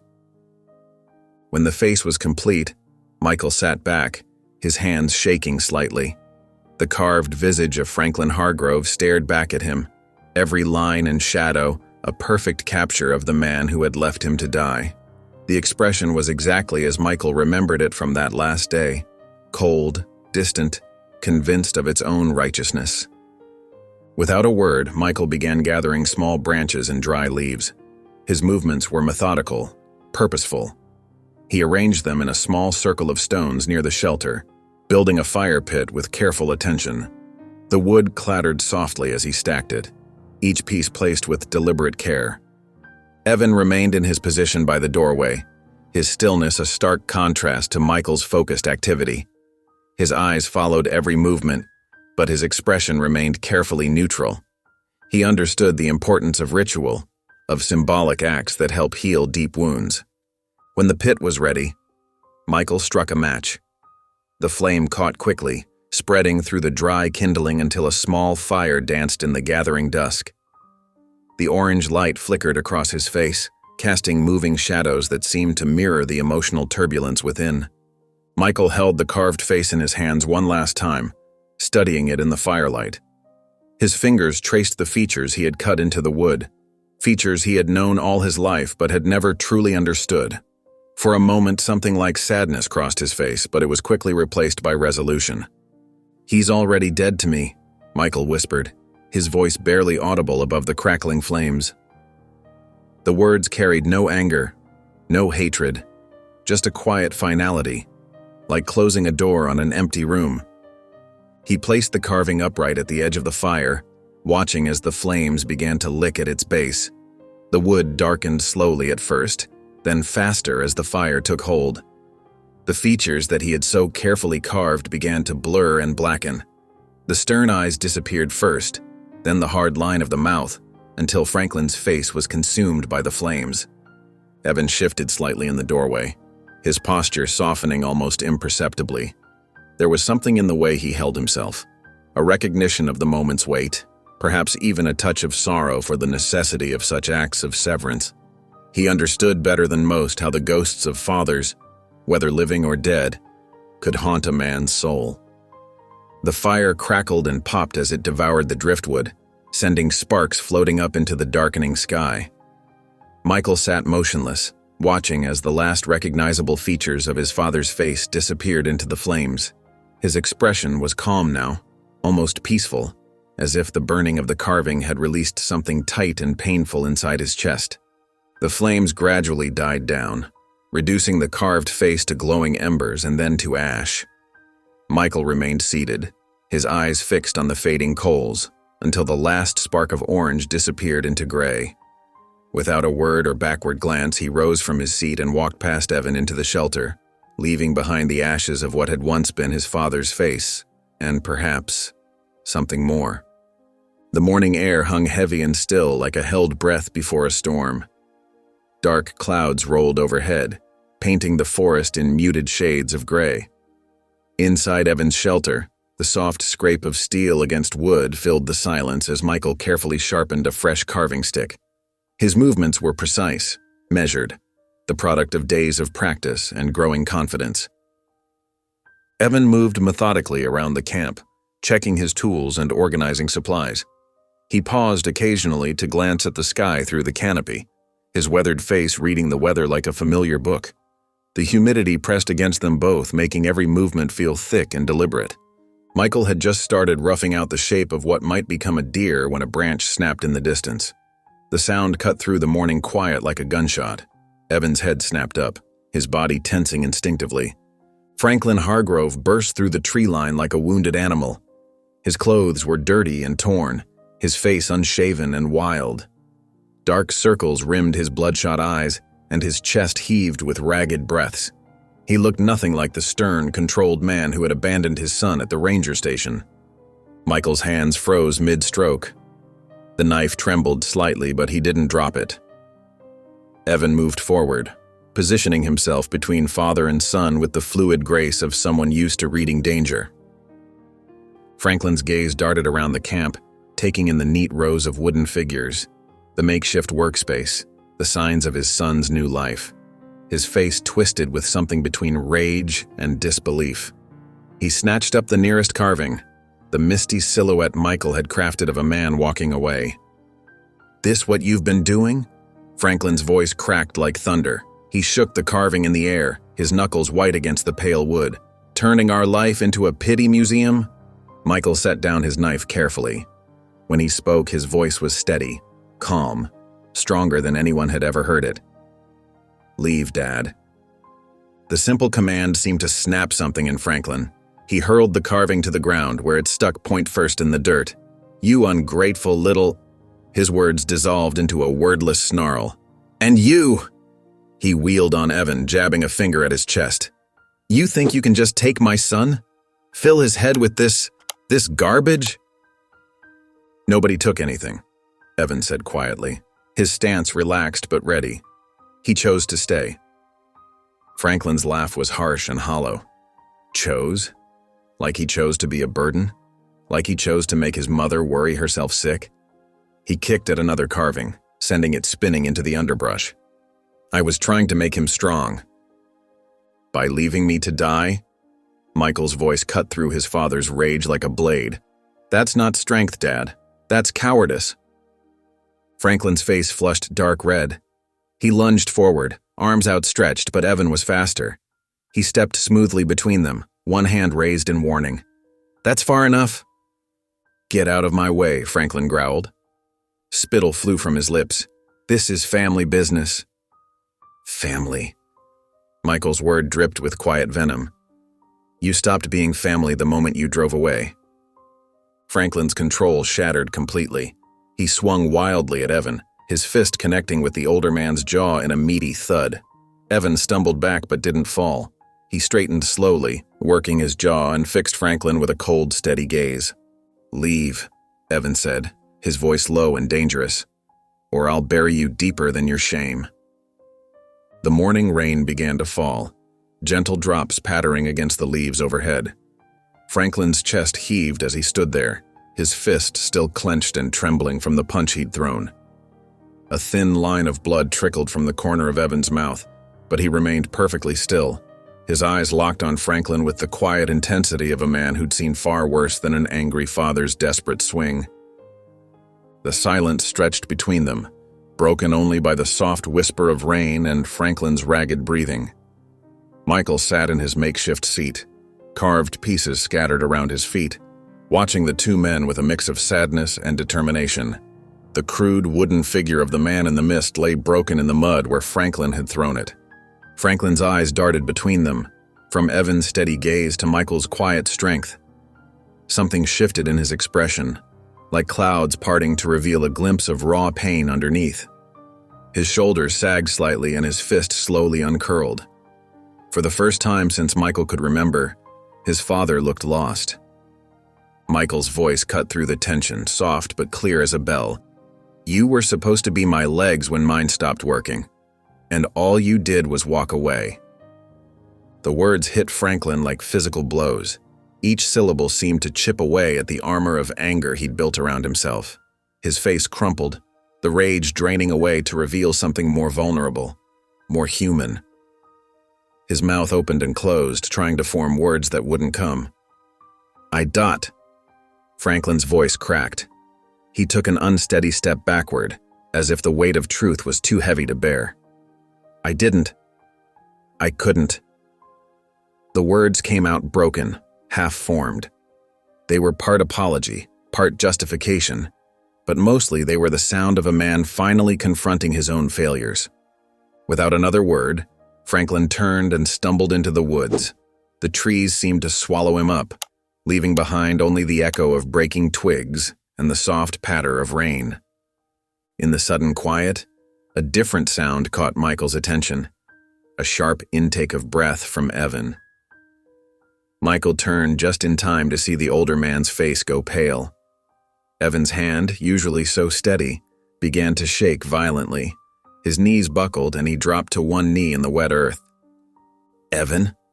Michael's voice rose with concern as he pushed himself toward his friend. Evan's body slumped forward, one hand clutching at his chest. His breathing came in short, painful gasps.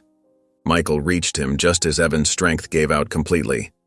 The former medic collapsed against Michael's shoulder, his face twisted in pain. Rain streamed down both their faces as Michael held Evan up, trying to keep him from falling face first into the mud. The man who had saved him, taught him, shown him how to live again was now trembling in his arms.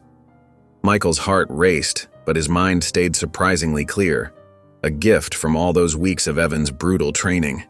He shifted his weight, trying to better support Evan's larger frame. "Evan!" Michael's voice cracked with fear and desperation. Evan's eyes fluttered, struggling to stay open as the rain fell harder around them.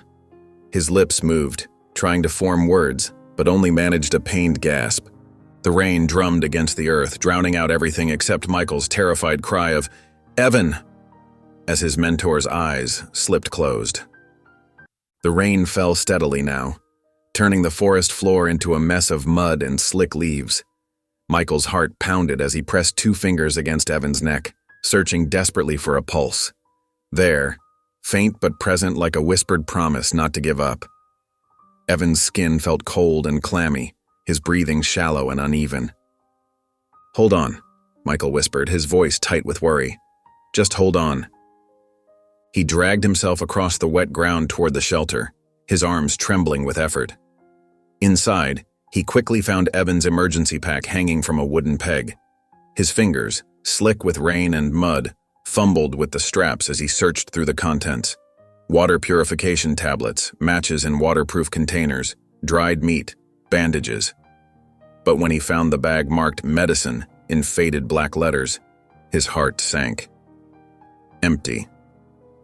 Michael's gaze fell on Evan's old transmitter, perched on its makeshift shelf. He grabbed it, trying to remember how Evan had used it before. The device sparked weakly when he pressed the power button, then died completely. Water had seeped into its circuits from the rain. "No, no, no," Michael muttered, running his hands through his wet hair. He forced himself to breathe deeply, to think clearly like Evan had taught him. The ranger station. It was the only landmark anyone searching would recognize. If he could get there, maybe. With renewed determination, Michael gathered pieces of wood from Evan's storage. His hands moved with purpose now, remembering every lesson in carving and construction. He used leather strips from an old bag and some twine to fashion crude but sturdy forearm crutches. The work was quick but precise. There was no time for perfect craftsmanship. Before leaving, Michael checked Evan one last time. He'd managed to drag him partly under the shelter's overhang, protecting him somewhat from the rain. "I'm coming back," he promised, his voice firm despite his fear. "You taught me how to survive, now I'm going to prove it."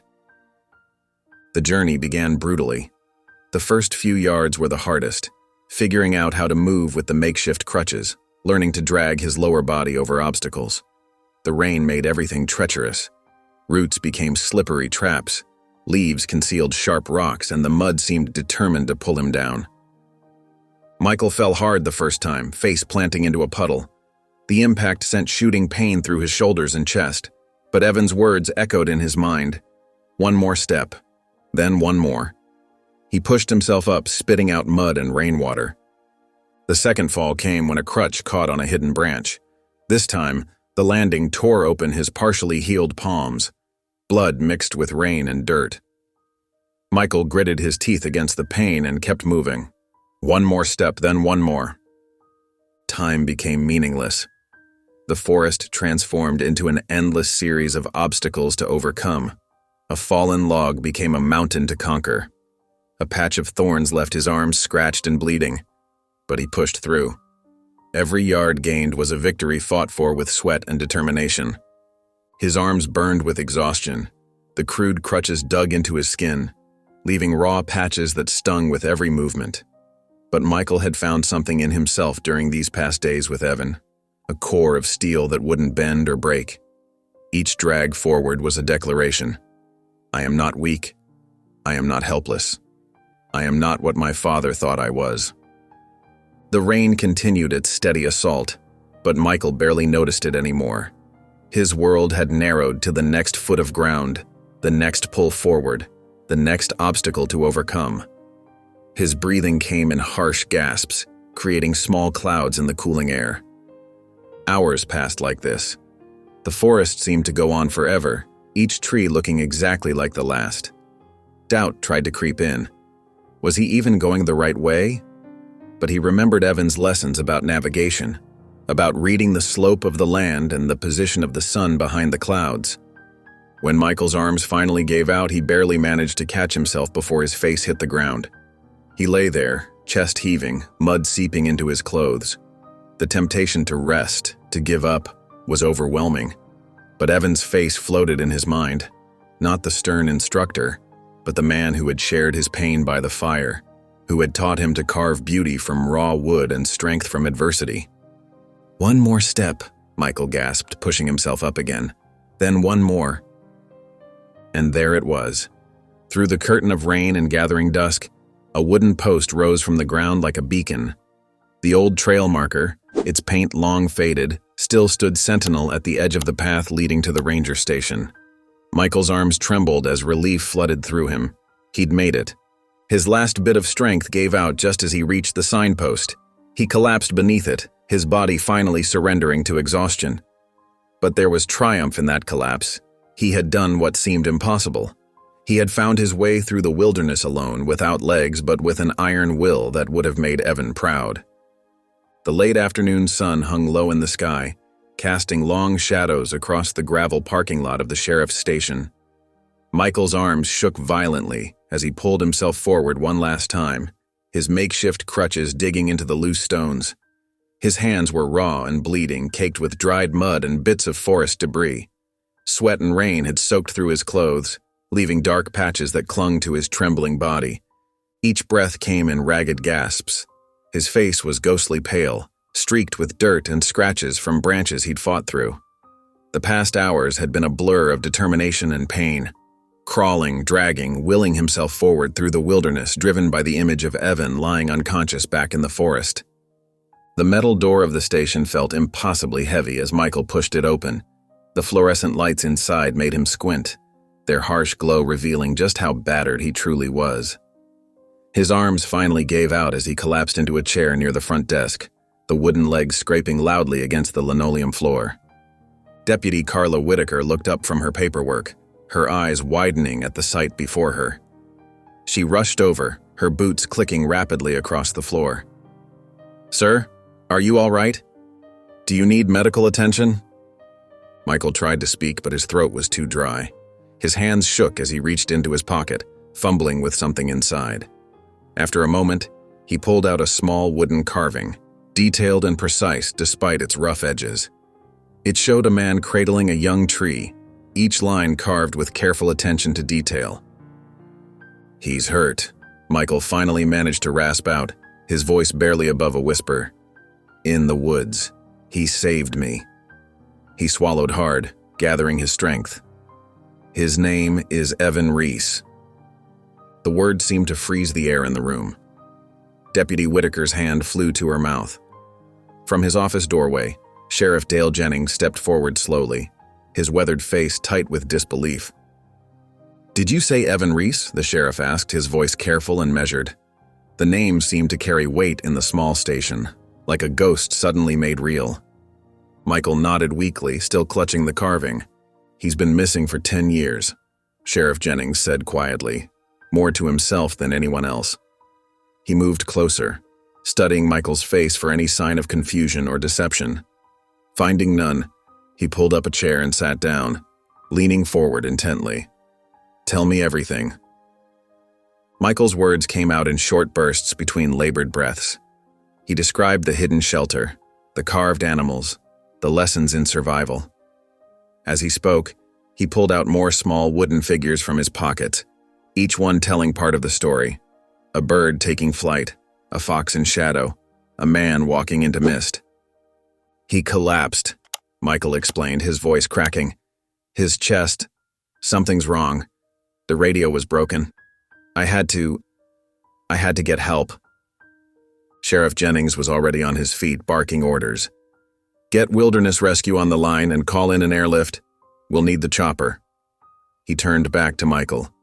Can you guide us to him? Michael nodded, straightening up despite his exhaustion. There's an old ranger station, Cabin 9. From there, head northeast about 2 miles. Look for a game trail marked with carved arrows in the trees. The shelter is built into a slope covered in moss. Deputy Whitaker was rapidly taking notes while another officer coordinated with emergency services on the phone. The small station had sprung to life, filled with urgent purpose. Those carvings, Sheriff Jennings said, gesturing to the wooden figures laid out on the desk. They're his work? No, Michael replied softly.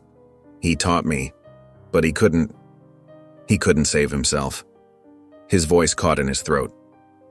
The distant thrum of helicopter blades filled the air. Through the station's windows, they could see the medical chopper descending onto the field behind the building, its searchlight cutting through the gathering dusk. An EMT team rushed into the station with a stretcher, quickly checking Michael's vital signs and wrapping him in a warm blanket. They helped him onto a waiting ambulance, but his eyes remained fixed on the helicopter as it lifted off, banking sharply toward the forest. Michael sat in the back of the ambulance, the blanket pulled tight around his shoulders. His body ached, but his mind was clear. He watched the helicopter disappear into the darkening sky, carrying with it his silent prayer that they would find Evan in time. That the man who had saved him, who had taught him to save himself, would survive to see what his student had become. The evening air was cool against his face as he watched the helicopter's lights grow smaller and smaller, until they were just pinpricks against the vast forest beyond. Around him, emergency vehicles' red and blue lights painted the parking lot in alternating colors, but Michael saw only the horizon where the helicopter had vanished, carrying hope and help into the gathering night. The fluorescent lights of County Medical Center cast a harsh, sterile glow across the hallway. Michael sat in a hospital wheelchair, the scratchy emergency blanket still draped around his shoulders. His mud-caked clothes had dried stiff, and his bandaged hands trembled slightly as they cradled the wooden carving of Evan. The figure was simple but powerful. Evan's form bent over a young sapling, nurturing new life. 2 hours had crawled by since the helicopter had brought Evan in. The trauma unit doors remained closed, their small windows offering only glimpses of rushed movement inside. Michael's shoulders ached from the morning's desperate journey through the forest, but he barely noticed the pain now. His entire focus was fixed on those doors, waiting for any news. Through the narrow glass panel, he could see medical staff moving with practiced efficiency. 4 bags hung like crystal teardrops. Monitors blinked their endless rhythm. A doctor bent over Evan's still form, speaking in low tones to a nurse who nodded and adjusted something on one of the machines. Michael's mind drifted back to the shelter, to quiet evenings spent carving by firelight. He remembered the way Evan's hands had steadied his own when teaching him proper knife technique, firm but gentle. The memory of burning Franklin's carved face flickered through his thoughts, that moment of release, of choosing his own path forward. And then Evan's collapse, the terror of watching this strong man crumple to the ground, gasping for breath. The wooden figure in his lap seemed to grow heavier with each passing minute. Michael traced its edges with his fingertips, feeling every groove and line he'd carved into it. He'd shaped it during those long evenings, watching Evan move around the shelter with quiet purpose. Each cut of the knife had been a meditation on what the man had given him, not just survival skills, but something deeper. A reason to keep going. A way to speak without words. A nurse emerged from the trauma unit, her soft-soled shoes squeaking slightly on the polished floor. She approached Michael with the careful manner of someone used to delivering news, both good and bad. Her face was kind as she spoke. "He made it," she said softly. "He's stable now. It was close, but he's fighting." The relief hit Michael like a physical wave. His shoulders began to shake, but no tears came. Instead, he drew in a long, shuddering breath, the first full breath he felt he'd taken since Evan had collapsed in the rain. The nurse placed a gentle hand on his shoulder, then moved away to give him space with his emotions. When they wheeled Evan into a recovery room, Michael followed slowly behind. He paused in the doorway, taking in the sight of his mentor lying still among the medical equipment. Evan's face was pale but peaceful, his chest rising and falling in a steady rhythm beneath the thin hospital blanket. The man who had seemed so indestructible in the forest now looked vulnerable, human. Michael rolled his chair to the bedside table. With careful movements, he placed the wooden carving where Evan would see it upon waking. His fingers lingered on it for a moment, this small tribute to everything that had passed between them. No words were needed. The carving said what he couldn't. "Thank you. Goodbye. I understand now." Backing away from the bed, Michael took one last look at Evan's face. Then quietly, he turned and wheeled himself out of the room. The night nurse glanced up from her station but didn't stop him as he made his way down the hallway toward the exit. The automatic doors slid open with a soft hiss, releasing him into the cool night air. Stars peppered the dark sky above, so different from how they'd looked through the forest canopy. Michael paused for a moment, letting the crisp breeze wash over him. Then, with steady hands, he gripped his wheels and began moving forward into the darkness. His figure grew smaller against the hospital lights, a solitary shape moving with quiet determination into the night. Each push of the wheels was sure, purposeful, no longer the desperate movements of survival, but the steady progress of a man who knew exactly where he was going. 3 weeks had passed since that night at the hospital. The morning sun struggled through a thick blanket of fog that hugged the foothills where Black Hollow Forest began its slow climb into the mountains. A small silver trailer gleamed dully in the filtered light, tucked just far enough into the tree line to feel private but not hidden. Smoke drifted lazily from its metal chimney, carrying the sweet scent of burning cedar into the misty air. Inside the trailer, Michael sat at a wooden table near a window, his wheelchair positioned at a careful angle that allowed him to work comfortably. The space around him was simple but meticulously organized. Clean dishes dried in a rack by the sink. A neat stack of firewood rested within easy reach.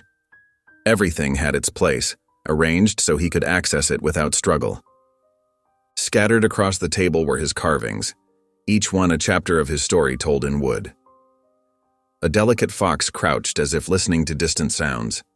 A tree split by lightning reached broken branches toward an unseen sky. A pair of weathered hands held nothing but somehow conveyed everything. Each piece carried the mark of growing skill and deepening patience. Beside a fresh block of cedar lay Evan's knife. Michael picked it up carefully, running his thumb along the worn handle where initials had been carved long ago. The blade caught the morning light, well-oiled and sharp. He used it every day now, treating it with the same reverence he gave to the memories it carried. His movements as he began to carve were sure and steady. His arms, once soft from disuse, had grown lean and strong. Muscles shifted beneath his skin as he made the first careful cut into the wood. He didn't rush.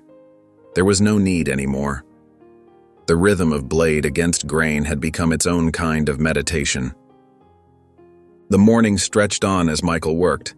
He paused occasionally to adjust his position or take a sip of water, each motion efficient and practiced. Gone were the awkward struggles of those first days in the forest. He had learned to move with purpose, to trust his body's new limitations and capabilities. When the fire needed tending, he set down his work and maneuvered smoothly to the wood stove. He added 2 logs with practiced care, adjusting them with the poker until they caught. The warmth spread through the small space, and Michael returned to his carving station without fanfare. These simple tasks were no longer mountains to climb, just the quiet routine of living. Near the window sat a small camp stove where a pot of coffee simmered. Michael had prepared it himself earlier, measuring the grounds and water with the same attention he gave his carvings. The rich aroma mixed with the wood shavings at his feet, creating a scent that had become home. His latest piece was taking shape beneath his hands, Evan's figure emerging from the cedar, holding a tiny sapling. Michael worked with gentle focus, each cut deliberate and meaningful. The wood seemed to know where it wanted to go, revealing the story hidden within its grain. This wasn't art meant for galleries or craft fairs. These pieces were his journal, his testimony, his way of holding on to truths too deep for words. The silence in the trailer felt different now. It wasn't the heavy quiet of loneliness or the bitter silence of abandonment.